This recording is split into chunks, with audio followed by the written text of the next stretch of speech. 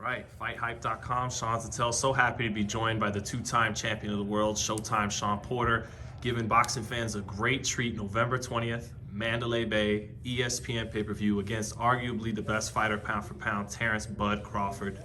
Shawn, man, this fight happens, of course. Al Heyman signs off, Bob Arum signs off, Terence Crawford signs off. But do you feel it's fair to say this fight is happening because of Shawn Porter more than anybody else?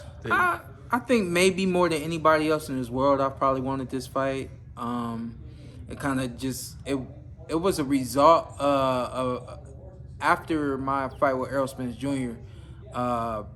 People was still wanting Errol Spence Jr. and Terence Crawford, but then I started hearing they might want to see me fight Terence, and we had a conversation long ago. We weren't gonna let anybody else, talk us into fight and all that, and just kind of started to think about it and be like, wow, that would be a great fight.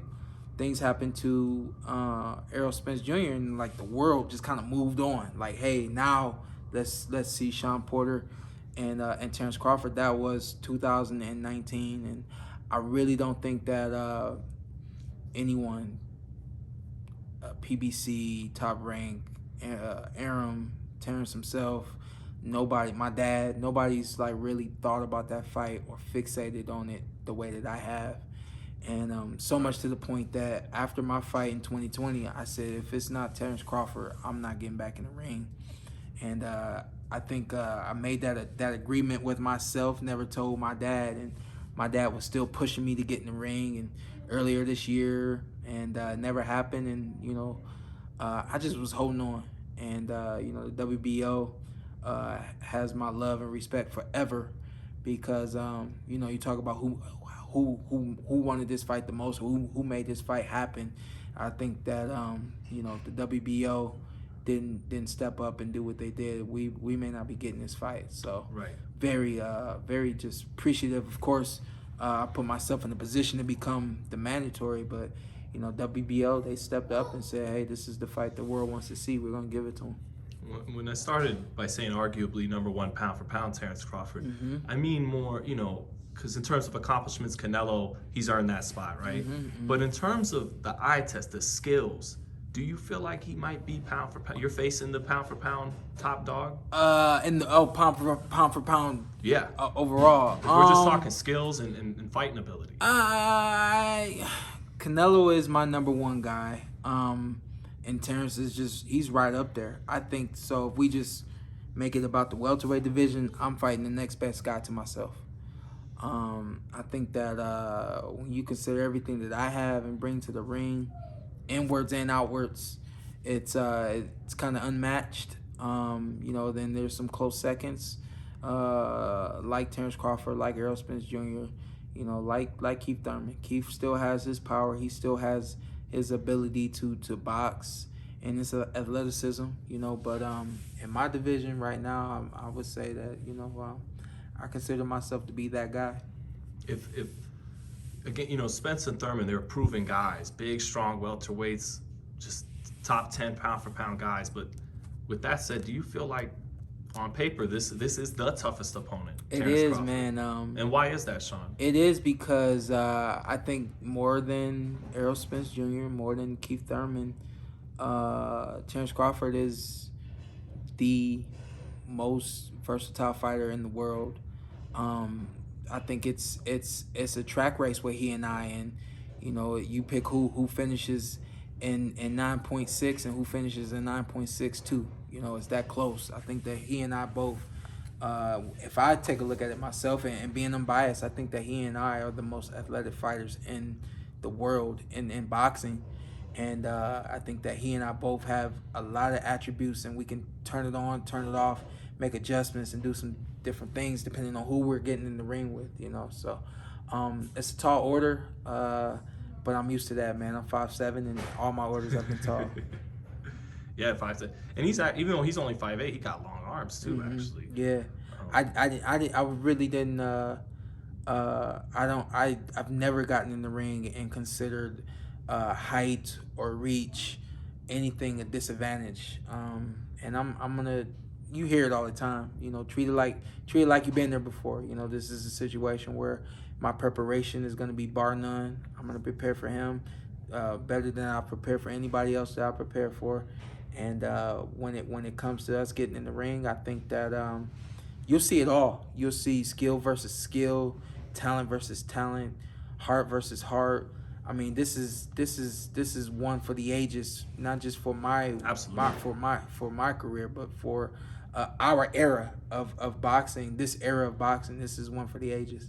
Yeah, because you feel like you stepped up and made that happen for people, giving boxing fans what they needed to see. Yeah, I mean, you talk about being on different sides of the street and things of that nature. Lots to talk about that always. I felt like that would never hold me back from getting in a fight with anyone, and not just Terence, but just with anyone. If it was something that I wanted, I was always going to figure out, okay, what do I need to do to get it?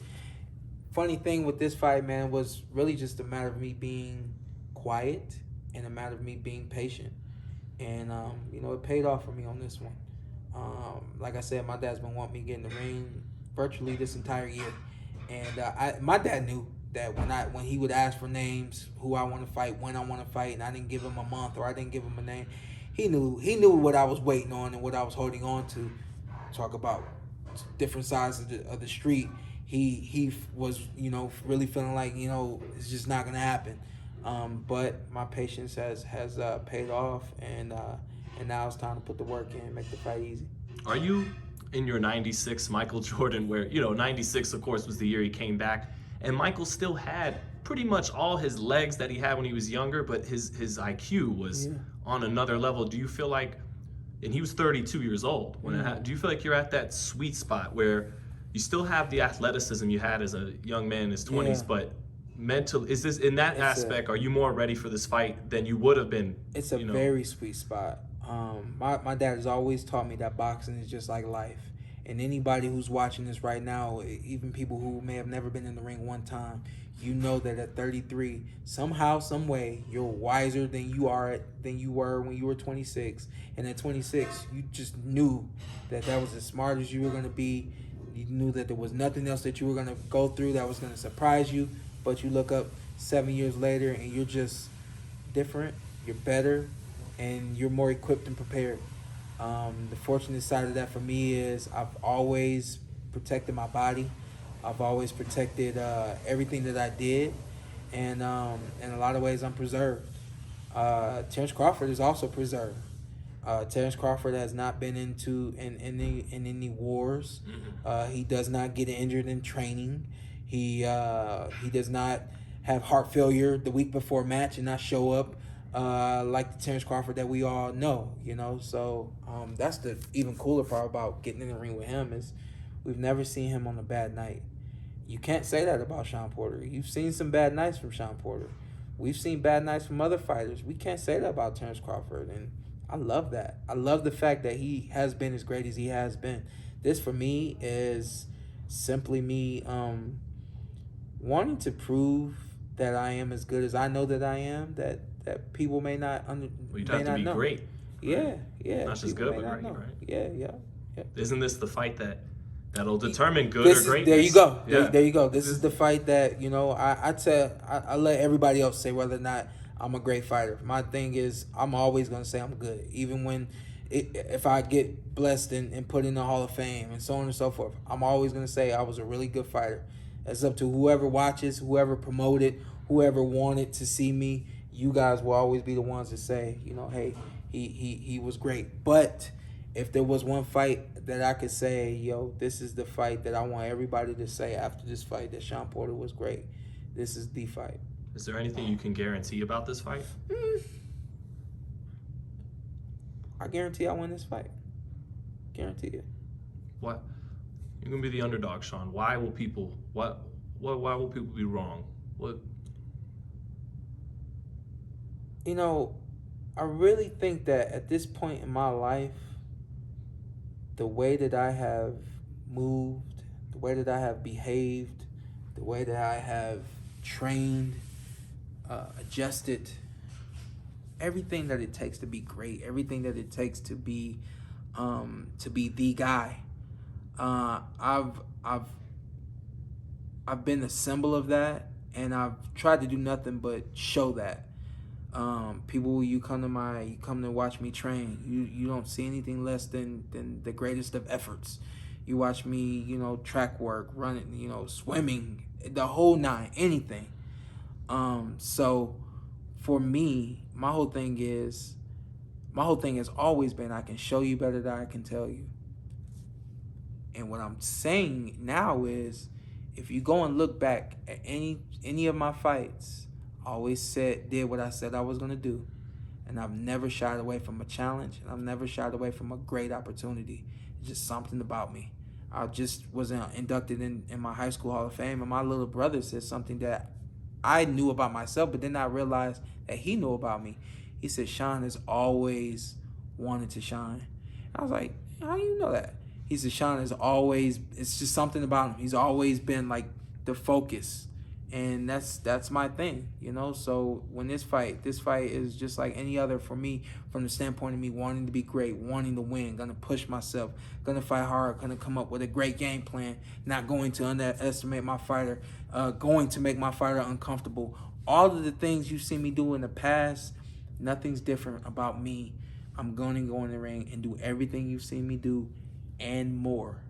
And to support that, I say, when you look back over my career and you think that I couldn't get any better, I couldn't do anything different, you take a look at my fights, you see a maturation process, and this is it right here. This is me getting to that point where I'm as mature as I can be, I'm as smart as I can be, as fast, as sharp, as strong, the whole nine.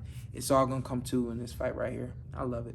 Hopefully we get something like Leonard Hearns 40 years ago. The anniversary just passed. I thought about that. You mentioned Leonard Hearns earlier, and I actually was thinking, I'll keep it real, I was thinking Hearns Hagler.